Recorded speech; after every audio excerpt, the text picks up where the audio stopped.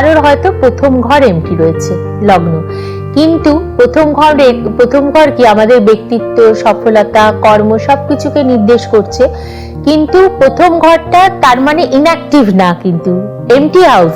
But প্রথম ঘরের অধিপতি যদি দশম ভাবে অবস্থান করে, প্রথম ঘরের অধিপতি যদি নবম স্থানে অবস্থান করে, তিনি যদি গেনার হাউস একাদশ ভাবে অবস্থান করেন বা পঞ্চম ভাবে অবস্থান করে, তাহলে কিন্তু সেই মানুষের জীবনের তার ব্যক্তিত্ব, তার গ্রোথ, তার ডেভেলপমেন্ট সবকিছু কিন্তু থাকবে। এটার মানে নয় যে তার জীবনে কোনো কিছু সে পেল না, কিন্তু হ্যাঁ, যেহেতু প্রথম ঘরটা ফাঁকা, সেই কারণের জন্য তার যে ব্যক্তিত্বটা বা তার জীবনের যে সফলতাটা একটু হলেও বাধা আসবে, তারপরে সাকসেস আসবে। মানে যেহেতু প্রথম ঘরটাকে লিড করার মতো কোনো গ্রহ নেই, যার জন্য তার ব্যক্তিত্বতে সামান্য হয়তো সমস্যা থাকবে, আলটিমেট সাকসেস পাবে।